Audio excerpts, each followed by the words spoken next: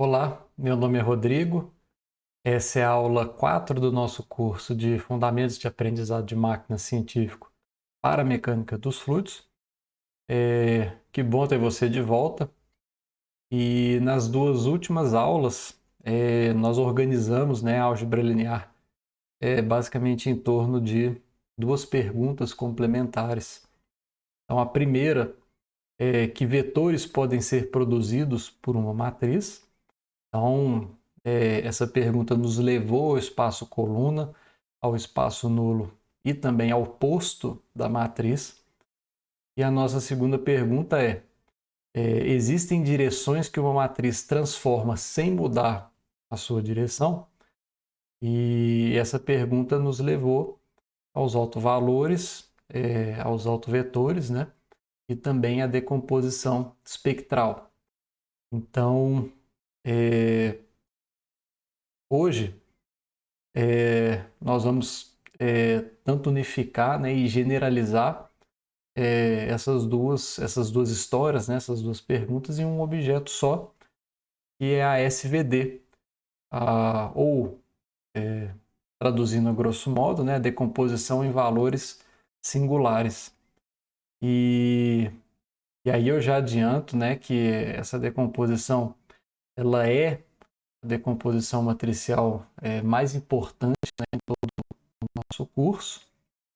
Então é ela que vai sustentar de agora em diante, né, a compressão de dados, redução de ruído, a PCA e também a POD, e os modelos de ordem reduzida. Então, como objetivo, né, se vocês saírem dessa aula, né, com a SVD bem consolidada, né, com o conhecimento da SVD bem consolidado, boa parte do que nós vamos ver de agora em diante vai ter um fluxo muito mais natural. Bom, vamos primeiro, né, começar entendendo por que a gente precisa de uma ferramenta nova. Então, a decomposição espectral, né, que a gente viu na aula anterior, ela tinha uma exigência que é de uma matriz quadrada, na sua forma mais limpa, né, com bases ortonormais e, e funciona, e ela tem o seu enquadramento, né, a sua função muito bem para matrizes simétricas. Mas na prática, né, quando a gente trabalha muito com ciência de dados aplicado à mecânica dos fluidos computacional, mas assim eu até coloco, não necessariamente a gente precisa restringir, mas de uma forma geral, as matrizes que nós trabalhamos, elas quase nunca são nem quadradas, nem simétricas. O que a gente tem, na verdade, são tabelas, linhas de um tipo, colunas de outro, e tipicamente retangulares. Então, a decomposição que a gente aprendeu, por mais elegante que ela seja, ela não encontra muito espaço para ser aplicada em problemas reais. Então aí a gente precisa de algo um pouco mais geral. Então, para tornar isso concreto, né, olhem para essa matriz que está aparecendo aqui no nosso slide. Então ela também vai nos acompanhar durante a nossa aula toda. É o que nós chamamos de matriz de snapshots. Então, você tem o X, né? Cada coluna XK, nós chamamos de um snapshot, né? Que é basicamente um retrato do sistema num determinado instante, né? Que pode ser uma medição, pode ser uma imagem, um campo de velocidade discretizado em uma malha, por exemplo. E reparem na geometria dessa matriz típica, né, do nosso campo de trabalho, né? Então, eu tenho milhares ou até milhões de graus de liberdade nela, né? E então eu tenho N linhas e também M colunas, né, que podem ser da mais da mais alta centena de valores que podem ocupar nessa dimensão de R em NM. Então, em geral, esse valor de N, o número de linhas, ele é muito maior do que o valor de M, né?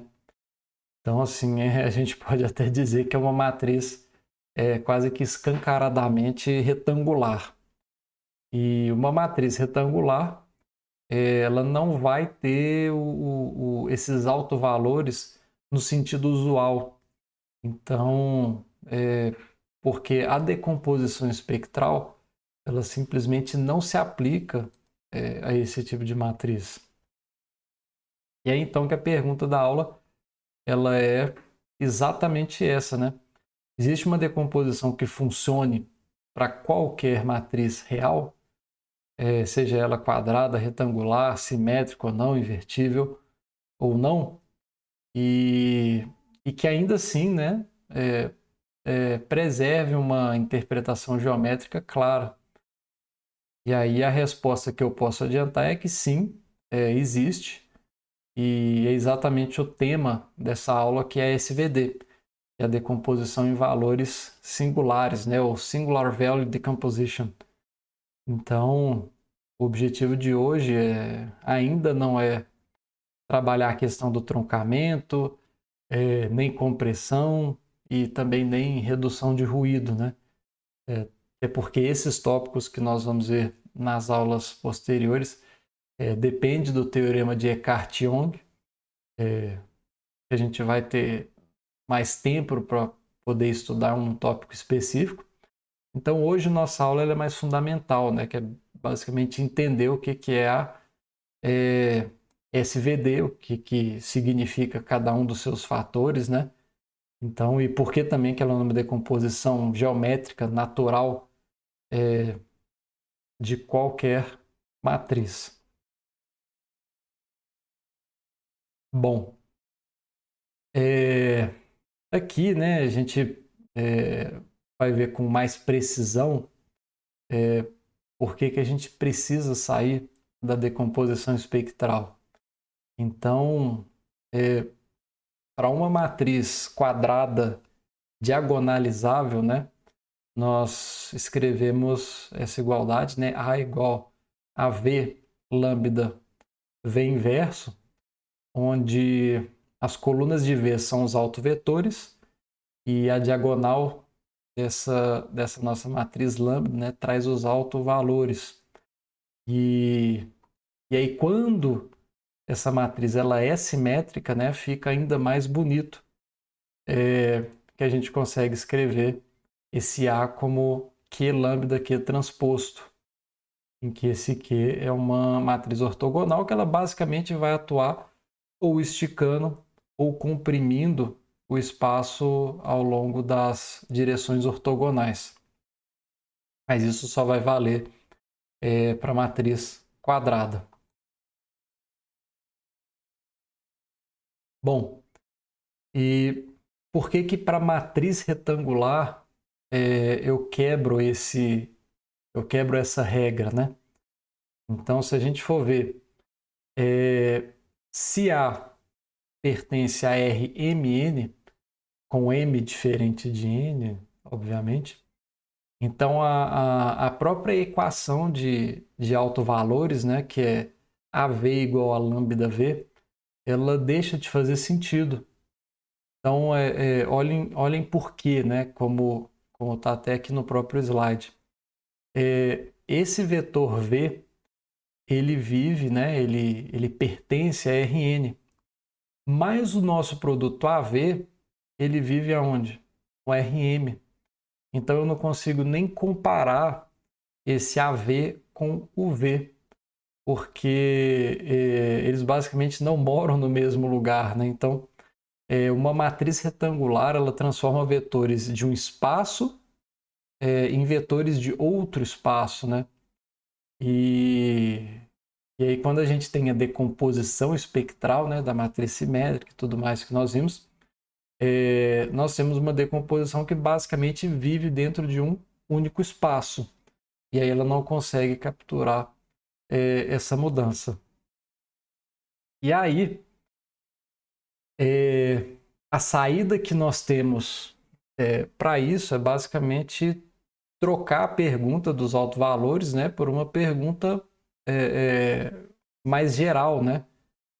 Então, é basicamente essa, né? Então, inicialmente nós temos um AV igual a lambda V, ou seja, a transformação A, quando ela é aplicada em V, ela simplesmente estica V, ela não muda a orientação, somente estica ou comprime. E já quando nós generalizamos essa pergunta, né, digamos assim, nós temos uma transformação A, e quando eu aplico em V, não necessariamente eu vou ter um vetor na mesma dimensão de V. Mas nós temos aqui uma componente que vai esticar ou contrair esse vetor U. Então, assim, mais uma vez, só para poder enfatizar isso, né, vejam a diferença. Novamente, enquanto na espectral a gente exige que esse AV fosse um múltiplo do próprio V, que de fato é uma exigência impossível, né, de cumprir quando a entrada e saída não vivem no mesmo espaço, que é o caso da matriz retangular. Então, a gente pode perceber que essa pergunta, né, tradicional dos autovalores não faz o menor sentido para o que a gente quer quando se trata de matrizes retangulares. E aí, nesse caso, quando eu aplico a uma direção especial, né, quando eu aplico a V, eu acabo encontrando uma direção especial de saída, né, que é esse U, que possui também esse fator de escala aqui muito bem definido, que é o nosso sigma. Então, daí a gente entende que o nosso U não precisa ser igual ao nosso V. Então, assim, eles podem ser vetores completamente diferentes e em espaços diferentes. E aí, essa nossa notação tradicional de alto valor passa a ser um caso particular dessa nossa notação mais geral. Então, esse nosso VI é uma direção de entrada em Rn e o nosso U ele acaba sendo uma direção de saída em Rm. E nós temos também o nosso sigma, que é importante, né? Ele é um fator de escala não negativo, que ele basicamente vai medir o quanto que essa matriz, né, ela estica aquela direção, né, basicamente nessa transição de um espaço para o outro. E é basicamente essa é a visão da SVD. Então, é uma decomposição, ela que vai respeitar exatamente essa estrutura de transição entre dois espaços, né? Tem uma base ortonormal na entrada e outra base ortonormal na saída. Então, essa equação aqui é basicamente a alma da decomposição singular. Então, assim, é muito importante que a gente guarde cada conceito que a gente vê nessa aula, principalmente relacionado a essa equação.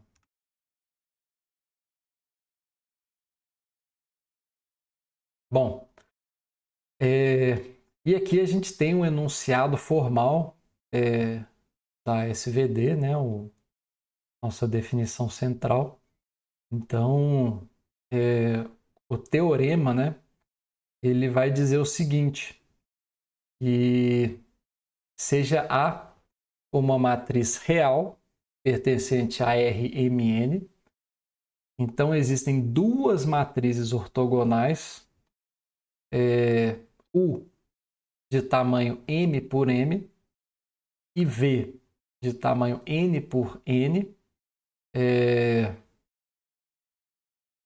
e uma matriz retangular sigma, né, sigma maiúsculo de tamanho mn, com a seguinte propriedade. E aí a gente tem a propriedade em destaque. É basicamente o A, essa matriz A, ela pode ser representada como esse produto aqui, o sigma V transposto. Então, essa de fato, né, é a decomposição em valores singulares de A. E aí dizer também que tanto U quanto V são ortogonais tem um significado bem preciso, né? Em que, inclusive, a gente já viu nas revisões, né? Que é uma propriedade das matrizes ortogonais, que o transposto U é igual a U transposto, que é igual a identidade. A mesma coisa vale para V também. Ou seja, as colunas dessas matrizes, né, elas são ortonormais, são perpendiculares entre si e de comprimento 1. E aí isso é extremamente fundamental, porque as matrizes ortogonais elas preservam o comprimento, ângulo, né, e projeção, que significa dizer, em outras palavras, né, que essas matrizes não distorcem o espaço, elas só giram ou refletem esses espaços. Então, e aí essa nossa matriz U, nós chamamos as colunas de U, né, de vetores singulares à esquerda, e já no caso de V, nós chamamos de vetores singulares à direita.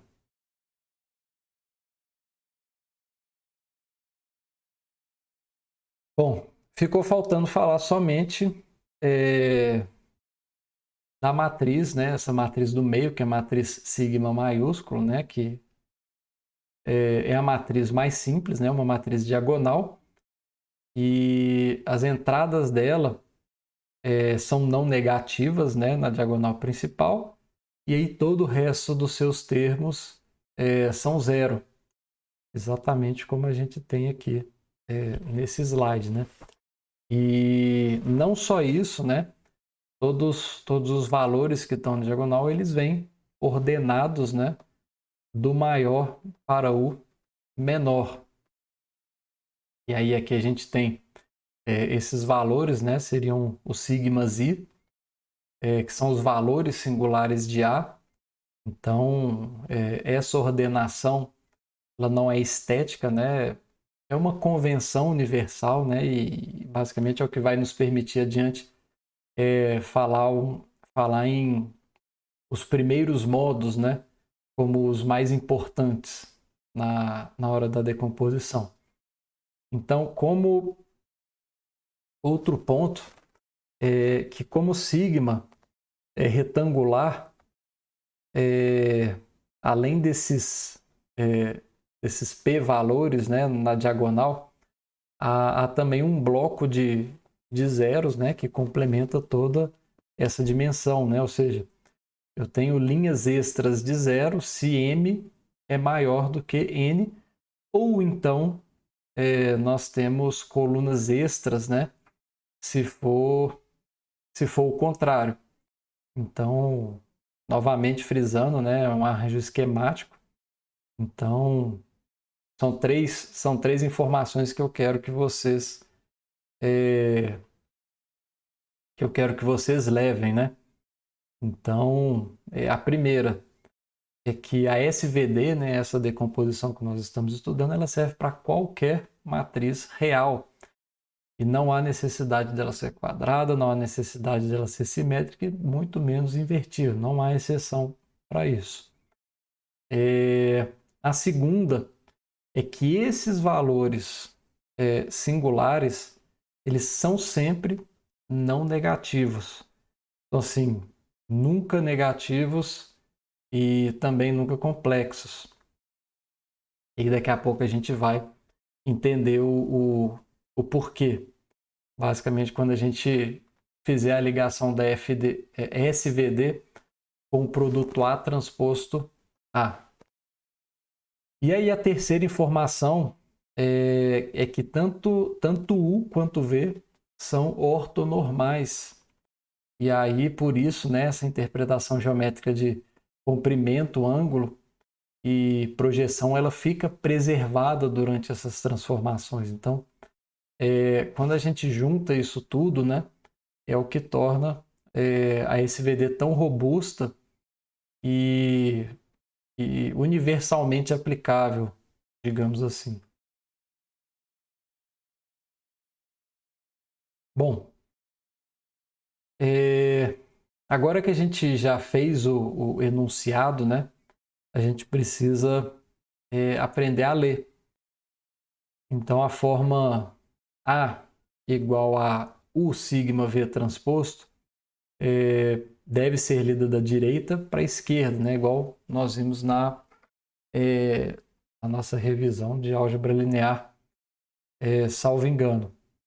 Então, imaginem que eu aplico a matriz a um vetor de entrada x. Então, como está no slide, né, eu aplico esse x à direita de A, então também eu preciso aplicar x à direita desse termo. E aí fica um AX igual a U sigma V transposto x. E aí essa conta ela acontece basicamente em 3 etapas. Primeiro, entra o V transposto. E aí essa operação de V transposto x, ela vai reescrever esse vetor x nas coordenadas da base dos vetores singulares à direita, de V1 até Vn, né? Estou fazendo uma transição aí de base. Então o vetor não mudou, o que basicamente mudou foi o sistema de coordenadas que eu estou descrevendo aquele vetor x. O que seria equivalente a dizer, né, que é uma rotação em que eu alinho o vetor com os eixos privilegiados da matriz, digamos assim. E aí depois entra o nosso sigma, que ele estica, né, ou comprime cada coordenada pelo seu valor singular, né, o sigma aí que a gente viu. Então, a primeira coordenada multiplica por sigma 1, a segunda multiplica por sigma 2 e assim sucessivamente. E aqui, né, basicamente, somente nessa matriz sigma em que ocorre toda a deformação. E aí, por fim, entra U, em que ela pega esse resultado já esticado, né, e escreve ele na nossa base de saída, ou seja, de U1 até UM, né? Então, o que na verdade, né, assim como vê, é outra rotação, só que agora no espaço de chegada. Então, toda matriz, né, por mais embaralhada que ela pareça, ela faz só isso, nessa ordem fixa, né? Ela gira para alinhar, estica ao longo dos eixos e depois gira de novo para entregar o resultado. E aí a nossa expressão, né, que interpreta tudo isso, é basicamente essa que nós vimos, né, que está aqui na caixinha amarela, que eu pedi para vocês guardarem com muito carinho, né?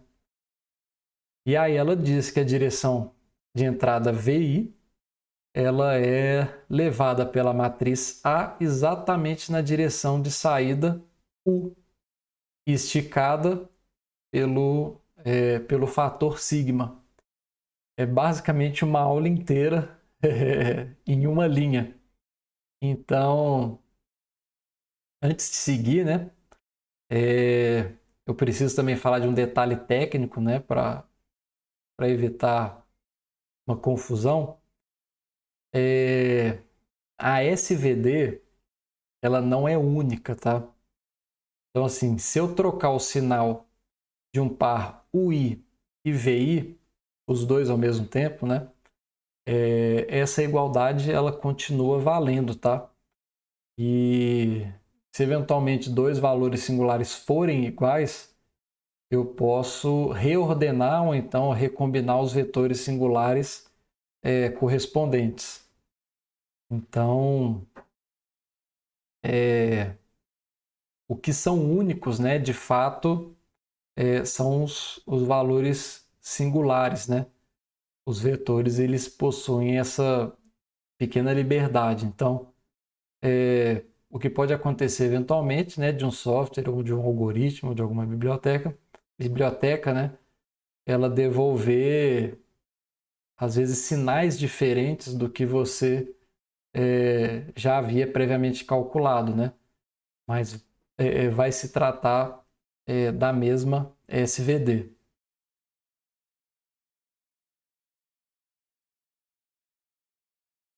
Bom,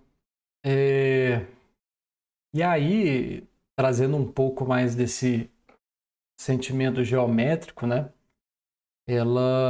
A própria SVD nos permite interpretar qualquer matriz basicamente como uma sequência de três operações geométricas, como nós vimos, né? Então, seguindo essa cadeia, né? A gente tem uma entrada que passa por VT, virando coordenadas singulares. Eu passo por sigma, em que eu tenho eixos esticados, né? E depois eu passo por U, que é nas coordenadas de saída, né? Então, eu rotaciono, estiro e rotaciono.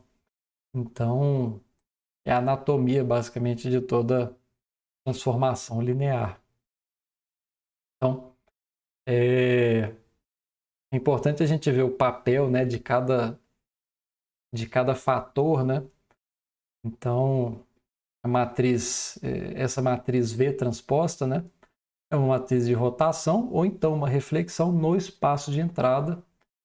E aí, novamente, nós temos sigma, que vai fazer, ele estica, comprime, ou de fato ele anula ao longo dos eixos.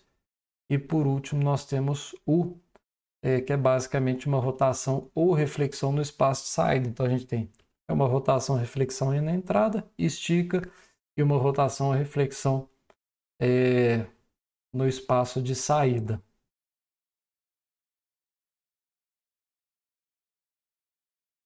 E aí, que essa figura talvez, né, seja a imagem mental mais útil da nossa aula, né? Então, se vocês conseguirem guardar ela, já é um enorme avanço, né? Então, aqui à esquerda, nesse espaço de entrada, né, eu desenhei aqui uma esfera unitária. É o conjunto de todos os vetores de comprimento 1. Uma bola perfeita, uma circunferência perfeita, né, centrada na origem. E aí nela eu marquei duas direções especiais, que são esses vetores V1 e V2, que são ortogonais entre si. Então, e aí como V da nossa decomposição, né, como V é uma matriz ortogonal, as suas colunas elas também formam uma base ortonormal do espaço de entrada. Então, qualquer vetor unitário x, né, ele pode ser escrito como sendo somatório, né, de um coeficiente vezes a componente desses vetores, né, o somatório de alfa e vi. E aí, eu acho que vale a pena, né, nesse momento, como eu não consigo abrir todas essas contas por conta da apresentação, acho que vale a pena ter as notas de aula para poder acompanhar aí direitinho todas essas contas, né? E aí, como eu posso reescrever qualquer vetor como um somatório de αi vi, seria, por exemplo, 2v1 mais 3v2, como por exemplo, né?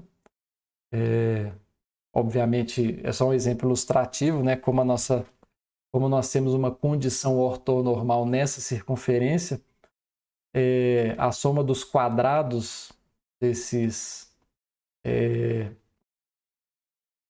alfas, né? Alfa i, vi, deveria ser 1, tá? E aí,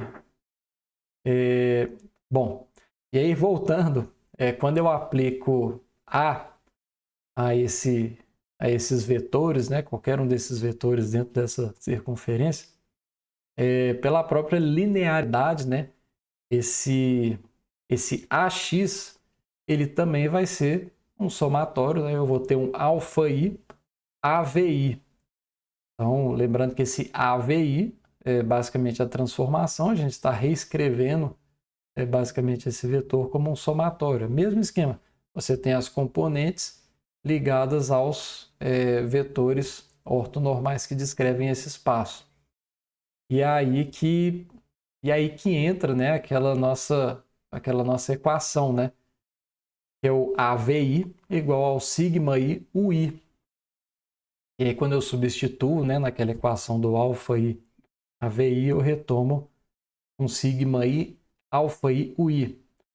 E aí eu vou pedir encarecidamente, que é muito importante, né, que durante essa minha fala você esteja com as notas de aula para poder acompanhar isso, uma vez que eu não tenho tanta liberdade e nem tempo também de abrir essas contas.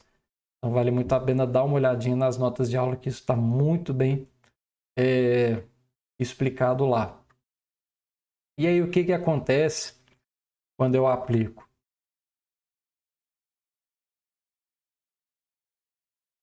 Ela vai dizer, né, vai acontecer exatamente o que está mostrando na nossa figura aqui à direita, né? Essa esfera unitária do espaço de entrada, ela é transformada aqui num elipsoide, né? Aqui no caso, uma elipse, né?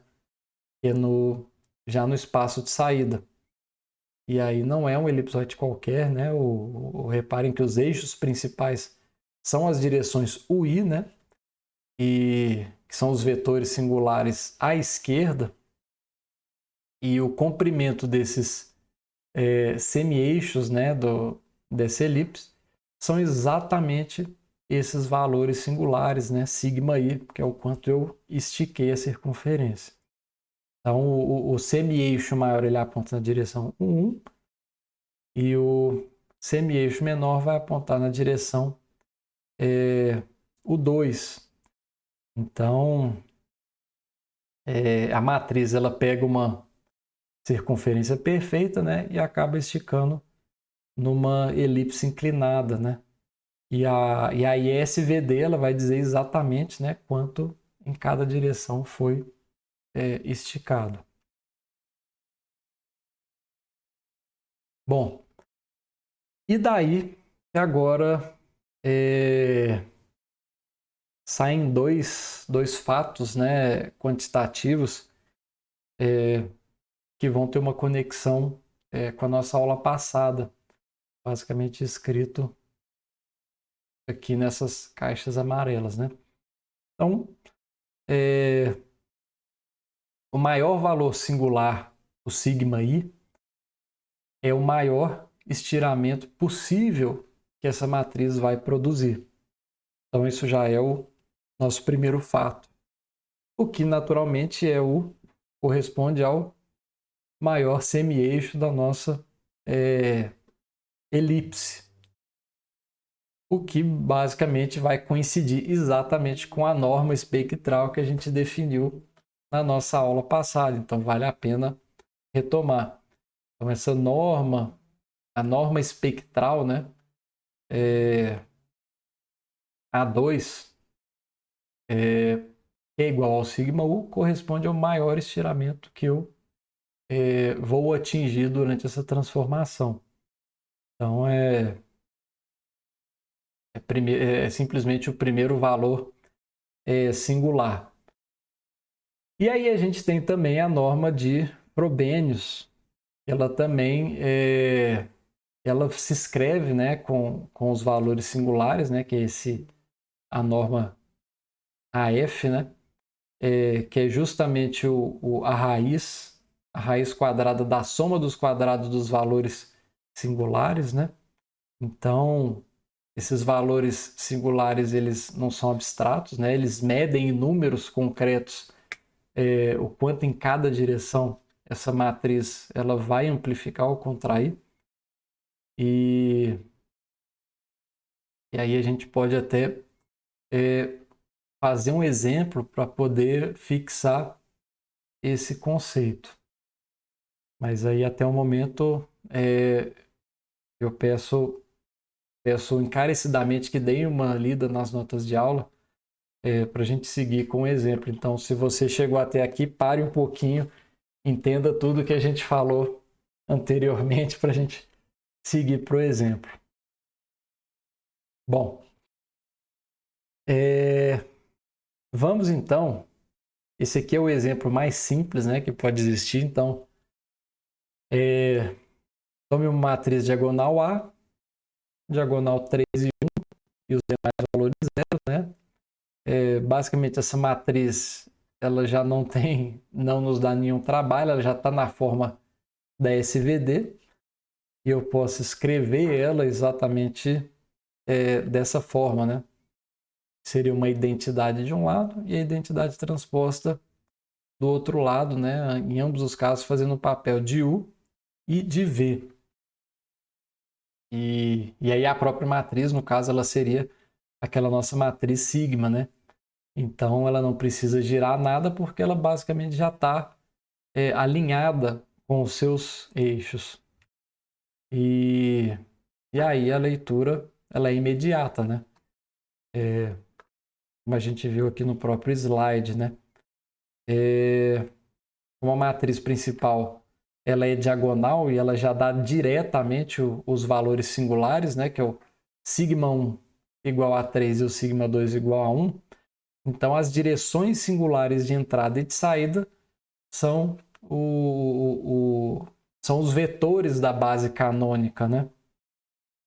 Então, o meu V1 é igual a U1 na horizontal e V2 é igual a U2 na vertical. E aí, aquela nossa equação alma, né? Digamos assim, ela fica da seguinte forma, né? Então, AV1 é igual a um 3U1 e um AV2 é igual a um U2. E aí, a matriz, ela estica o eixo horizontal por 3 e estica na vertical 1. E aí, nesse caso, né, em cada um desses casos. E aí, percebam que esse exemplo, né, ele é mais fácil, né? A matriz ela já estava perfeitamente alinhada com esses eixos coordenados. Então, as rotações que nós temos, né, de V transposto I1, elas basicamente não tiveram que fazer nenhum trabalho, né? Já ficou muito mais fácil, né? A SVD ela só mostra o valor, ela só vai ter uma utilidade, né? Digamos assim, mais contundente, né? Quando a gente acaba misturando direções. E aí, nesse caso, como ela basicamente só estica, não tem tanta diferença, mas a gente vai depois resolver alguns exemplos que são um pouco mais rebuscados.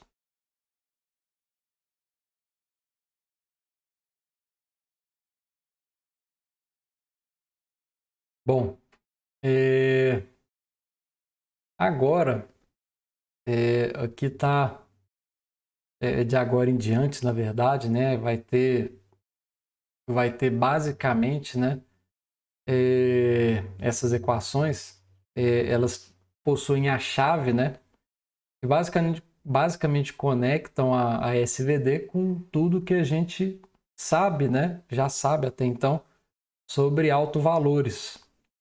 E basicamente, né, como uma informação a mais, né, acaba nos dando uma receita explícita, né, de como que a gente pode calcular essa SVD na mão, digamos assim. Então, a dedução ela acontece da seguinte forma.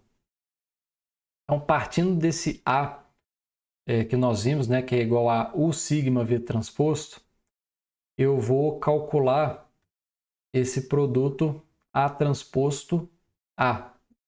Então, primeira coisa, assim, lembrem que a transposta de um produto, ela inverte a ordem dos fatores, né, como a gente viu na aula 2. Então, esse A transposto, né, seria um V sigma transposto U transposto.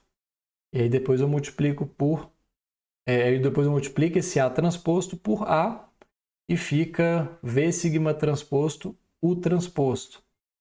E aí basicamente que acontece a mágica, digamos assim, porque vai aparecer ali no meio um U transposto U, que é igual à identidade, porque as colunas de U elas são ortonormais, né? Então esse miolo acaba cancelando e fica um A transposto A, que é igual a um V sigma transposto sigma V transposto, limpo dessa forma. E aí, de forma análoga, eu também consigo fazer da mesma forma. E aqui, no caso, apareceria no meio um V transposto V, que cancela, né? E aí sobraria esse A transposto A que multiplica A transposto, que é igual a U sigma, sigma transposto, U transposto. E aí, reparem que tanto esse sigma, sigma transposto, quanto o sigma transposto, sigma, são matrizes diagonais. E os seus elementos diagonais, eles acabam sendo o quê? Sigma ao quadrado. Eu basicamente estou fazendo essa multiplicação quando eu multiplico sigma transposto sigma, né? Ou o inverso. Então, essa matriz ela vai representar o quadrado dos valores singulares. Então, o interessante, agora que a gente fez esse cálculo, é que as duas expressões elas já estão na forma de uma decomposição espectral. Uma matriz ortogonal vezes uma matriz diagonal vezes a transposta da matriz ortogonal. Então, e a cara da espectral, né, é essa decomposição. E aí, que basicamente a gente ganha de brinde, né, esse resultado central aqui que está na caixinha amarela, que é A transposto A. Essa matriz que nós fizemos a multiplicação, A transposto A, ela é basicamente aquele resultado particular que a gente tem da decomposição. Só que agora o A transposto A, por ser uma decomposição, né, por toda essa esquematização que nós vimos, é uma decomposição espectral, os próprios autovalores vão aparecer como sigma ao quadrado. E aí a gente recupera aquela nossa forma de autovalores e autovetores. Então, os vetores singulares à direita, né, que são os V's, né, eles são exatamente os autovetores da matriz A transposta A. E os vetores singulares à esquerda, que são os U's, são os autovetores da matriz A transposta. E em ambos os casos, os autovalores correspondentes são o quadrado dos valores singulares. E eles acabam reaparecendo aqui como sigma ao quadrado, né? Não só sigma. Importante a gente ver isso. Ou seja, a SVD de uma matriz retangular que aparentemente, né, parecia um objeto novo e estranho, ela se reduz a dois problemas de autovalores de matrizes simétricas. Então, que é um conceito que nós vimos desde a aula passada, né, de autovalores reais, autovetores ortogonais, tudo muito bem comportado. Então, e aí a conclusão, né, mais interessante que a gente tem dessa aula é que a SVD basicamente, né, seria uma decomposição espectral de A transposto A e de A transposto.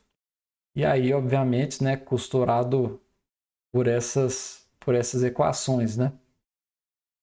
Então, e aí é basicamente por isso que eu disse lá no início da nossa aula que a SVD ela unifica essas duas histórias do curso, né? E reparem, né, que o A transposto A é N por N, ou seja, vive no espaço de entrada e dá os valores de V. E o A transposto é M por M. Ela vive no espaço de saída e reflete os valores de U. Então, cada matriz simétrica, né, ela vai basicamente cuidar de um dos espaços. E aí, que isso nos dá o procedimento para poder calcular nossa SVD. Está basicamente nesses 5 passos. E aí eu acho que vale a pena dar uma olhadinha nas notas de aula também, para poder ver toda a descrição mais bem detalhada. Mas como é que a gente faz? Primeiro calcula A transposto A e vou achar os seus autovalores, né, lambda i e seus autovetores ortonormais, procedimento normal. No terceiro passo, os valores singulares, eles basicamente vão ser a raiz quadrada dos autovalores, como a gente está vendo aqui pela equação. No passo 4, e aí para cada sigma i positivo, né, eu vou obter o vetor singular à esquerda, né, por meio dessa equação. Esse vetor ui vai ser a transformação AVI dividido por sigma i, e basicamente tem origem naquela equação canônica que nós vimos, né? E o último passo, se necessário, é completar a matriz U com os vetores ortonormais adicionais, né? Então, e isso explica, né, porque porque os valores singulares são sempre reais e não negativos. Então, assim, A transposto A é semidefinida positiva e seus autovalores são maiores ou iguais a zero, né? E a raiz quadrada deles também está muito bem definida, né? Então, esse aqui é o grande ponto. Dito isso, a gente pode agora fazer um exemplo completo a uma matriz que ela não é trivial, fazendo toda essa conta, né? Então, aqui a gente tem a matriz A, uma matriz 5, 4, 0 e 3, ela é não simétrica, né? Então, a gente pode esperar uma decomposição espectral. A gente não deve esperar uma decomposição espectral ortogonal simples, né? Mas mesmo assim, a gente consegue fazer a SVD porque ela existe. Então, o nosso primeiro passo é calcular A transposto A. Então, assim, a transposta ela vai trocar a linha por coluna, né? E aí eu multiplico ela por A. E aí depois que eu faço toda essa conta, né? 5 vezes 5, 25, 0 vezes 0, vou somando, eu chego nessa matriz A transposta A, 25, 20, 20, 25. Então, assim, duas verificações que a gente faz já de cara, né? A primeira é que saiu uma matriz simétrica, como tinha que ser. A transposto A é sempre simétrica para qualquer que seja esse A. Então, se tivesse saído uma matriz assimétrica, eu saberia que possivelmente, né? Possivelmente não, com certeza teria um erro de conta. Já o segundo ponto, né, é que a diagonal ela vai trazer a soma dos quadrados das colunas de A, né, e os termos de fora, né, os produtos internos entre colunas. Então, é basicamente aquela tabela de alinhamento que a gente viu na segunda aula. Bom, e agora os autovalores de A transposto A. Então a gente monta aquele polinômio característico, né, que a gente tem aqui o determinante de A transposto A menos o lambda I igual a zero, né? E enfim, que a gente faz todo o cálculo aí, vocês podem fazer. E aí a gente chega que um lambda vai ser 45 e o outro alto valor vai ser 5, né? Então esse sigma 1 a gente ordena pelo maior, fica 3 raiz de 5 e o sigma 2 somente raiz de 5, né? Lembrando que eu preciso tirar a raiz porque os autovalores que nós achamos dessa matriz representam o quadrado dos valores singulares. Falta agora para a gente encontrar as direções, né? Que são os vetores singulares, né? E montar aquela matriz U e V. Beleza. Bom, continuando a conta, né? Para eu conseguir achar os vetores singulares à direita, a gente precisa resolver o sistema de vetores, né? De A transposto A para cada alto valor. Então, quando eu tenho o lambda 1, né, aquele primeiro lambda que nós vimos que vale 45, e aí eu retomo o sistema para descobrir o autovetor, eu encontro exatamente esse vetor aqui. 1 sobre raiz de 2, nosso vetor coluna 1, 1, e para o lambda 2, 1 sobre raiz de 2, o vetor coluna 1, menos 1. Então, que são as direções, né, a 45 graus ortogonais entre si e exatamente como precisa ser, né?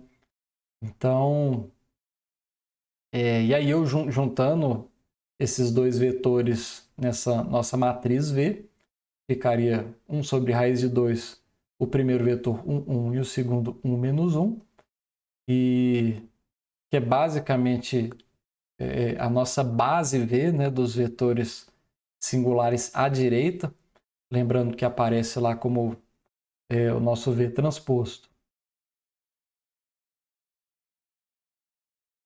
Bom, e aí agora os vetores singulares à direita. Então, já pelo passo 4, né, a gente viu que os vetores U seriam iguais ao AV dividido por sigma I. Então, primeiro eu acho quem é o AV1, né? E que daria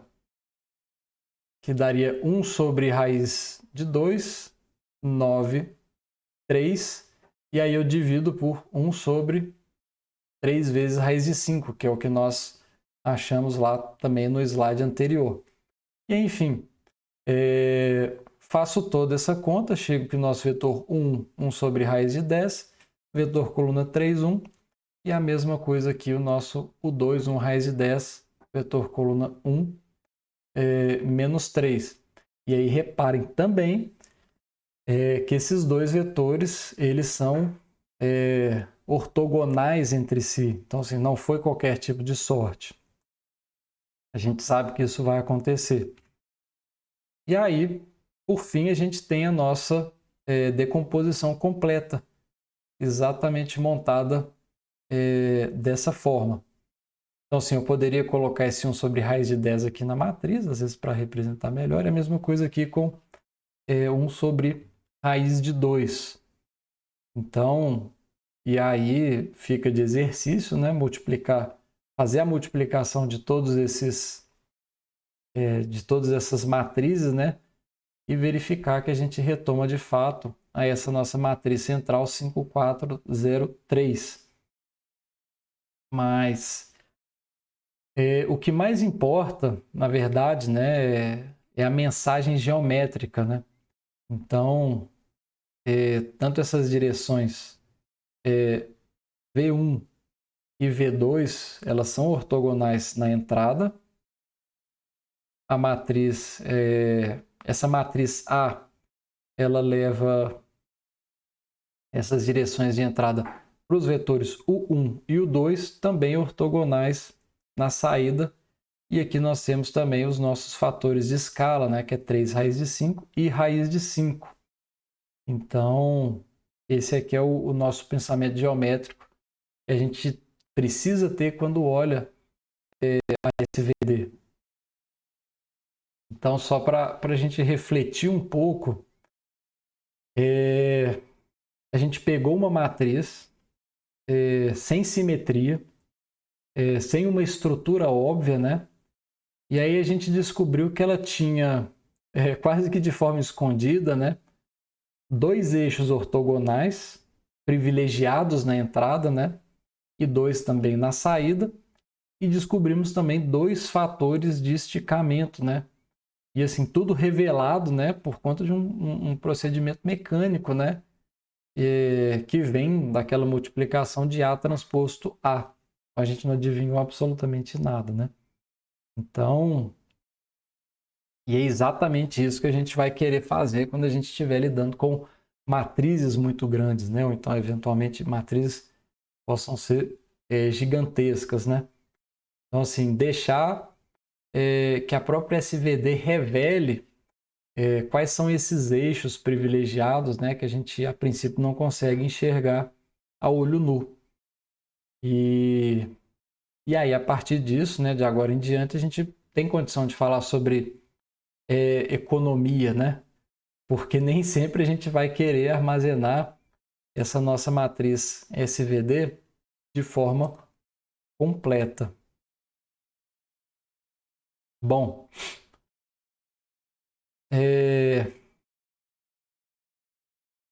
aqui nesse slide, quando a gente pensa na forma completa, né, da SVD, ela vai carregar tanto as matrizes U e V, que são matrizes quadradas, né, e cheias.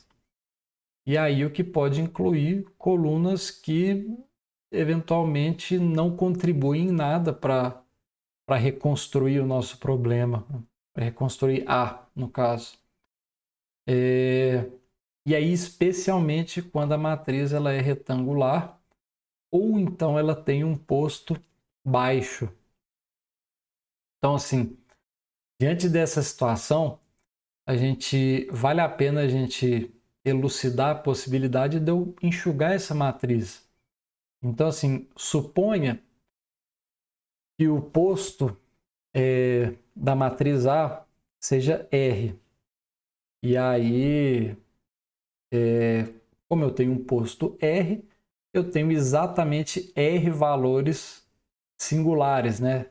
Com R valores positivos, né? Sigma 1, sigma 2, sigma 3, até o nosso sigma R. E aí os demais que vão aparecendo são nulos, que são os valores, né, que basicamente não contribuem em nada para a gente reescrever nossa matriz. E aí, por isso, né, que a gente pode escrever a SVD de uma forma mais compacta, né?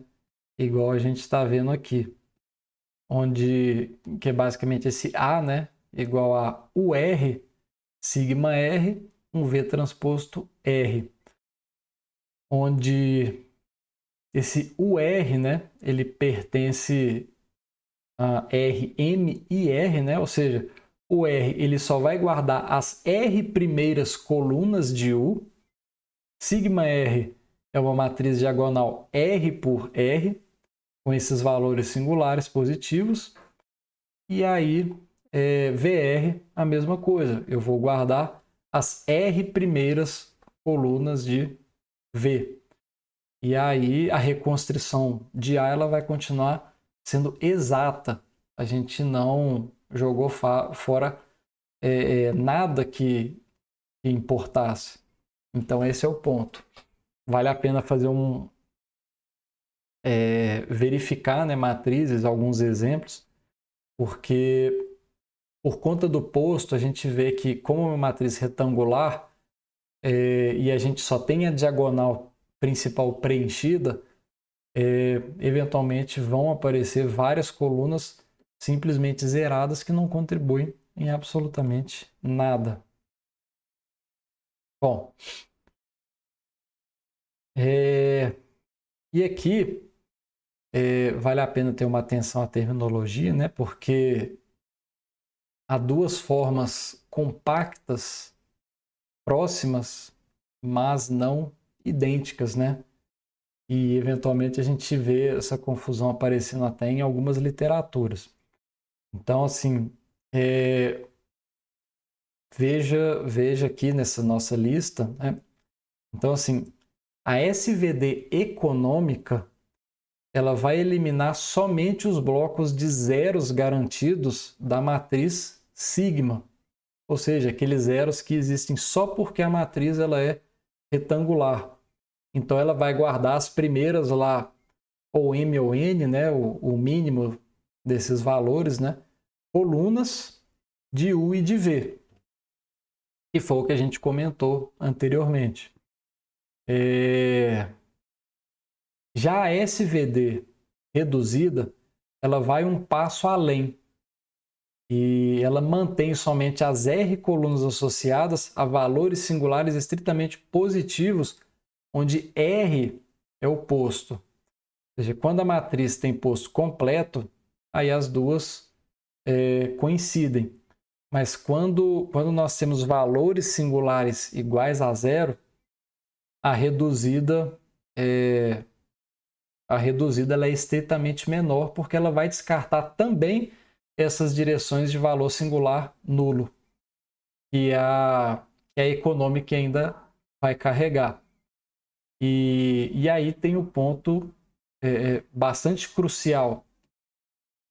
Tanto a econômica quanto a reduzida representam a matriz exatamente, sem nenhuma perda. Então, assim, a reconstrução ela é perfeita. Então, o que a gente não pode confundir é com a SVD truncada.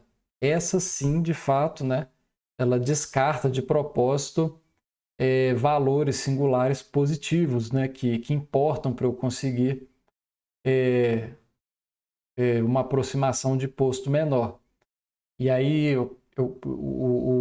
é importante a gente fixar isso porque econômica e reduzida, né, são exatas e truncada é aproximada.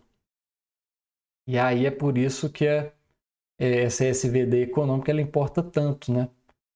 E aí, por exemplo, por que ela é tão importante, né, a econômica, né? Porque se a gente pensar em uma matriz de dados que tem 1 milhão de linhas e 100 colunas, por exemplo, né, a matriz U completa teria 1 milhão por 1 milhão de entradas, ou seja, 1 trilhão de números, né, que é basicamente inviável de armazenar isso, né?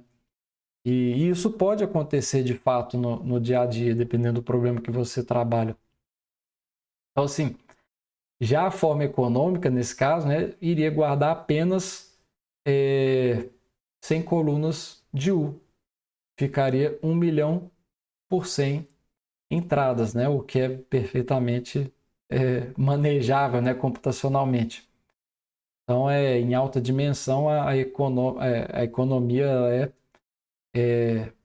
ela é muito importante, né, nesse cálculo. Então, então, assim, em termos de algoritmo, né, basicamente a gente vai sempre querer a versão econômica, né? E agora, seguindo, tem uma é, essa no caso, né, é uma forma de escrever a SVD que talvez fosse uma das formas mais importantes, né, desse nosso curso, né? E é essa decomposição de A igual a o R, sigma R, V transposto R, ela pode ser escrita como uma soma de matrizes de posto 1. Inclusive que nós vimos isso na aula passada, né? Que tem basicamente essa forma. Que é um sigma 1, U1, V1 transposto. Sigma 2, U2, V2 transposto. E assim sucessivamente, né? Lembrando que cada termo dessa soma, né? Desse sigma I, UI, VI transposto, né? É um produto externo, né? Que é uma coluna vezes uma linha, né? Multiplicado, multiplicado por um escalar. E aí cada um representa uma contribuição direcional bem definida, né? Então, assim, VI identifica uma direção de entrada, o I a direção de saída correspondente, né? E o sigma I vai medir a intensidade. Ou seja, é uma outra forma de escrever a nossa matriz A. Então, se vocês se lembram, né, da soma de produtos externos da aula 2 e também da decomposição espectral na aula 3, né, é basicamente a mesma ideia, só que numa forma mais geral, valendo para qualquer matriz. Então, a matriz A ela é decomposta, né, em camadas, né, e cada camada é uma matriz de posto 1 e, assim, da forma mais simples possível, né? E aqui no caso, né, a ordenação é que ela acaba sendo o nosso ponto central, né? Como a gente definiu que sigma 1 é maior que sigma 2, que é maior que sigma 3 e assim sucessivamente até o sigma R, a gente está indo até o posto, então a gente pode ter o seguinte raciocínio. Essa primeira camada é uma camada mais forte, é a que contribui mais para a matriz. A segunda é a próxima mais forte, a terceira é a próxima mais forte e assim por diante, numa hierarquia, né, de importância, né, do mais forte para o mais fraco. E aí, pensem no potencial disso, né? Então, assim, se a matriz ela é decomposta em camadas ordenadas pela sua importância, né, eu posso descartar as camadas mais fracas e ficar só com as primeiras camadas. Eu poderia fazer isso. E aí eu teria uma aproximação muito boa da matriz original, com pouquíssima informação ali presente. Então, assim, se a gente for pensar numa imagem, né? Então, assim, as primeiras camadas, elas vão capturar as grandes estruturas da imagem e as últimas camadas, elas vão fazer só ajustes finos, né? De ruídos e tudo mais. Então, se eu jogar fora essas últimas camadas, eu perco pouco e economizo muito. essa é a grande ideia. Então, e aqui tem exatamente, né, o princípio da compressão de dados, da redução de ruído, da decomposição em componentes principais, do POD. Então, assim, tudo nasce nessa soma de posto 1 que está aqui na tela. Então, só um exemplo, né, para a gente poder ilustrar isso. Então, aqui tem um exemplo concreto, né, de matriz de posto 1. Então, se a gente aqui tem dois vetores, né, o vetor A 1, 2, 3 e o vetor B 1, 2, e a gente vai formar a matriz A com esse produto externo AB transposto, né? Que dá essa matriz aqui 1, 2, 2, 4, 3, 6. A gente consegue ver claramente que uma coluna é o dobro da outra, né? Então, assim, por isso que a gente fala de posto 1. Então,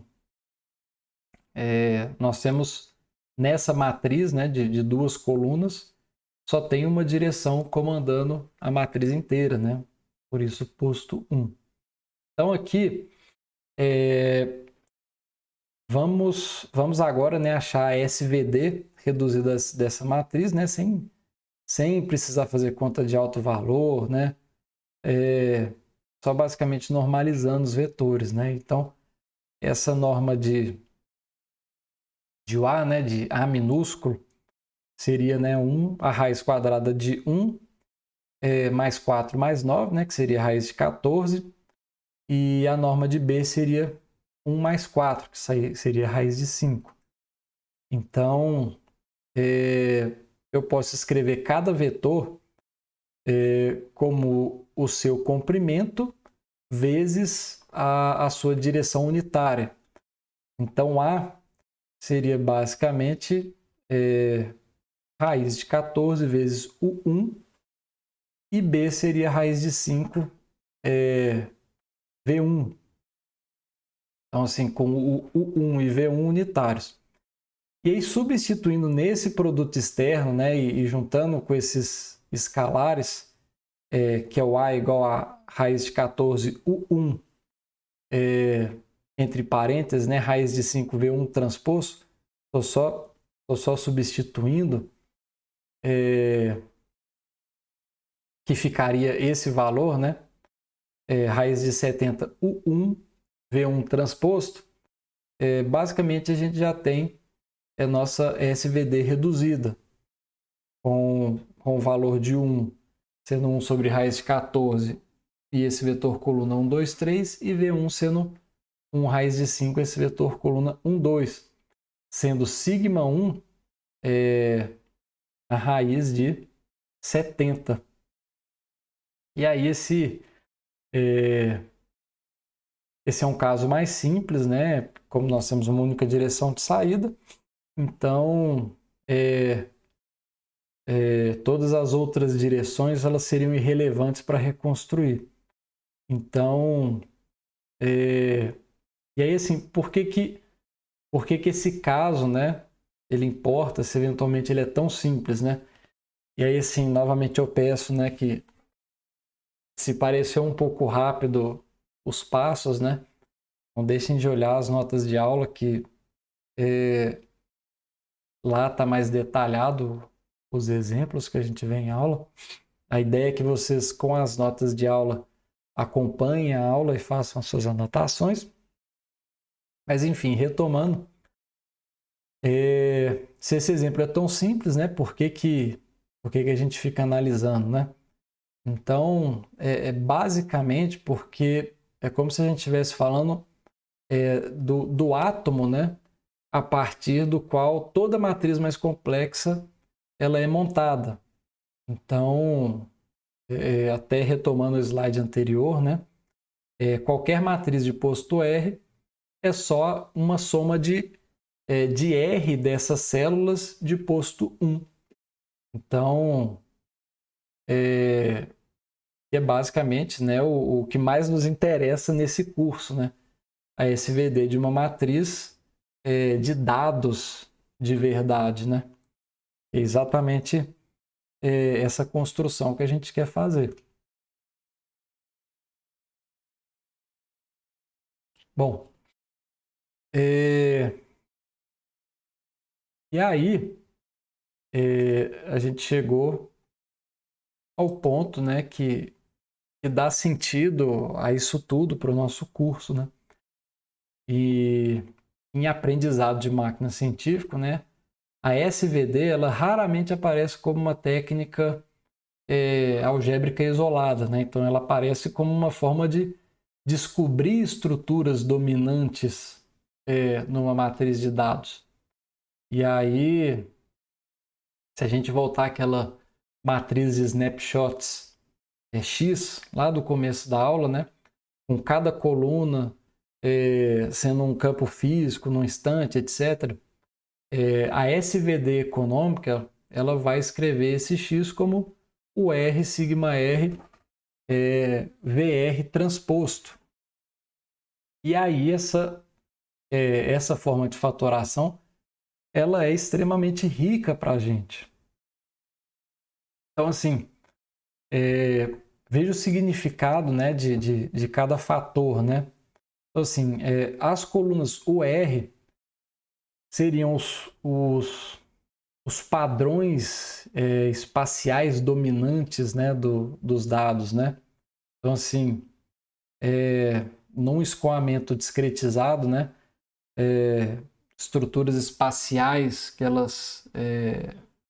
gente consegue descrever, ou então estruturas recorrentes de pressão, de temperatura. Então, o que a gente chama de modos, né? E já essa nossa matriz sigma R, representada, né, pelos valores singulares, ela basicamente vai medir a intensidade relativa de cada padrão. Ou seja, né, o quão importante cada padrão desse é.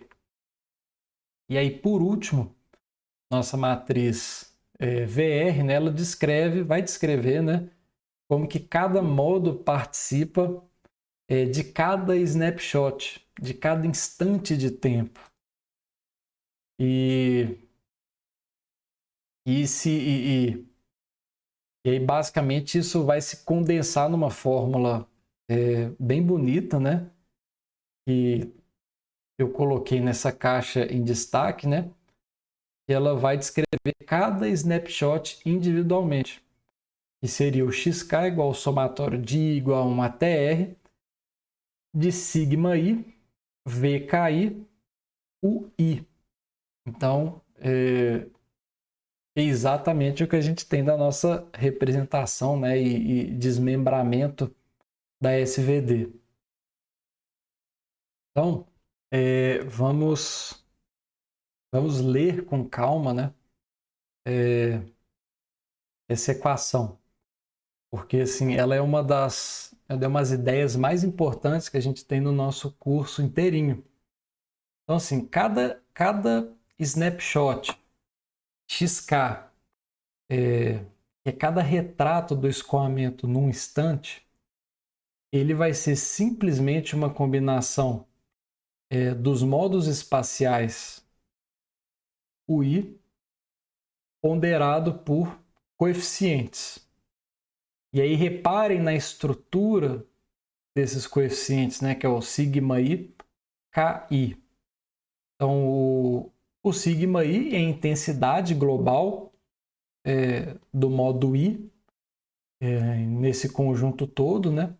E esse VKI é basicamente a entrada da matriz V na linha K, coluna I, que diz quanto daquele modo aparece especificamente no snapshot K.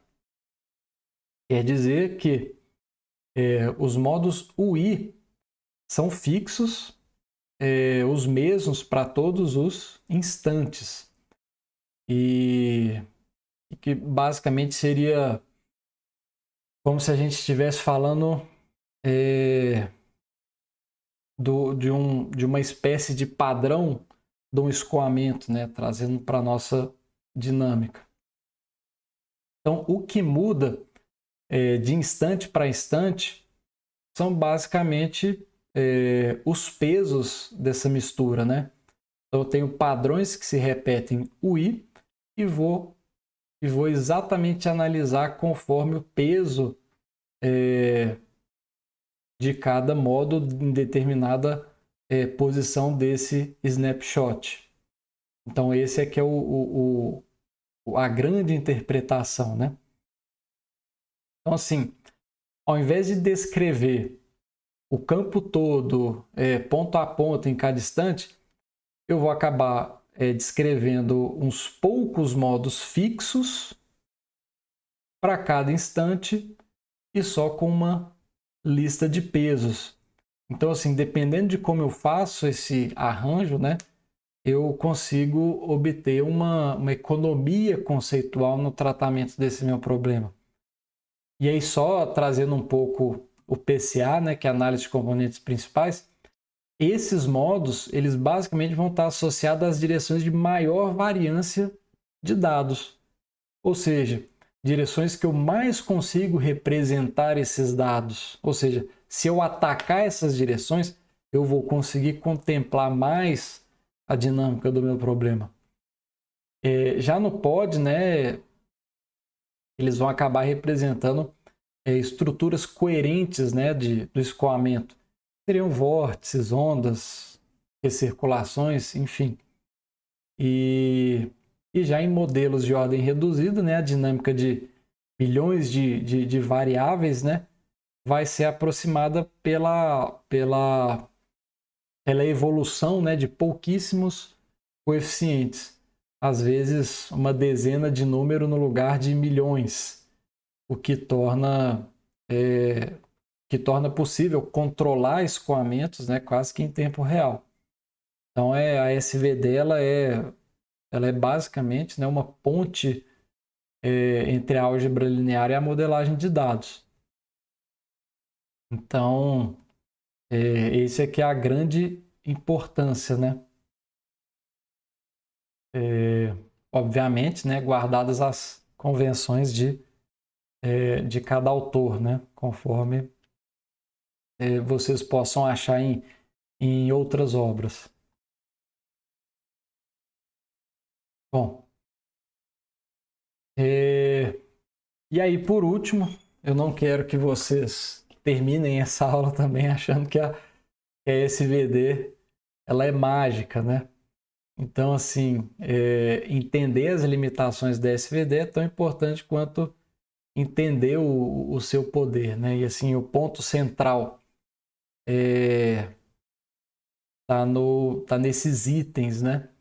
Então, assim, a interpretação geométrica da SVD, ela depende do produto interno usado no espaço dos dados. E, como consequência, né, ela é sensível à forma como os dados estão organizados, escalados, centralizados, alinhados, enfim.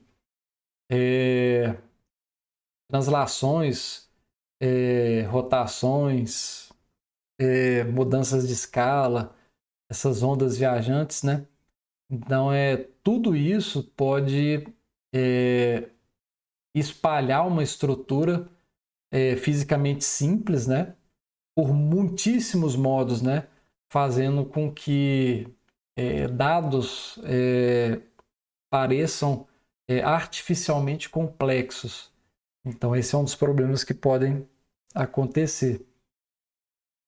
Então, um exemplo clássico, né? Então, imagine uma sequência de imagens de um mesmo objeto, né? Então, como por exemplo uma letra, né? Ou então um rosto que seja. Então, se esse objeto ele permanece centralizado e alinhado em todas as imagens, né? Pouquíssimos modos vão conseguir capturar boa parte da estrutura visual que está ali. E aí a SVD ela funcionaria muito perfeitamente, né? E aí, inclusive, conseguiria um nível de compressão muito bom. Agora imaginem se esse mesmo objeto ele se desloca pela imagem, ou gira, ou muda de escala entre um quadro e outro, né? A SVD ela pode precisar de assim, muitíssimos modos, né, para tentar representar algo que, como nós vimos, né, aparentemente é simples, né? Então, assim, ela não sabe que o mesmo objeto ela foi translado. Para ela, cada posição parece um padrão novo. E aí, em termos algébricos, né, a SVD ela vai buscar separações lineares entre padrões de linha e coluna. E aí, quando esse fenômeno, né, envolve movimentos não alinhados e translação, rotação, isso acaba espalhando a informação e dificultando essa representação. Então, assim, na própria mecânica dos fluidos, né, os exemplos mais típicos, né, são essas ondas que viajam carregando informações, são estruturas convectadas, né, que elas se deslocam ao longo de um domínio. Então, são vários problemas desse tipo que a gente precisa estar bem atento, né, na hora de interpretar. Então, assim, a SVD ela é muito poderosa, muito mesmo, mas ela também não faz mágica, né? O resultado dela deve ser sempre interpretado, né, à luz de como esses dados foram coletados. Então, não só coletados, né, mas eventualmente escalados ou interpretados da forma que você pegue cada contribuição do que foi feito, né, do tratamento feito.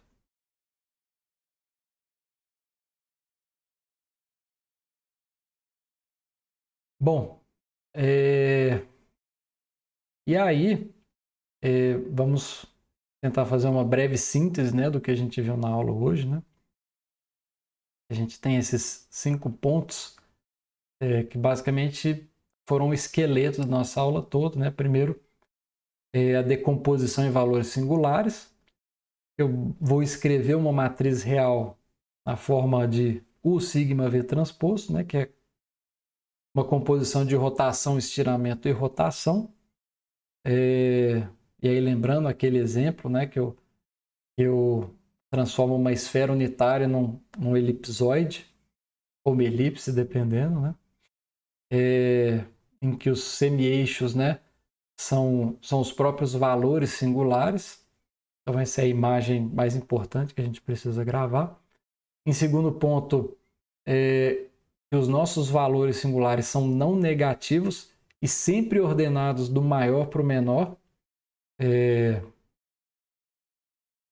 E o número de valores singulares, né, estritamente positivo, é exatamente o posto da matriz, e o maior deles corresponde à nossa norma espectral, né, que é o A2 igual ao sigma 1, que corresponde ao máximo estiramento.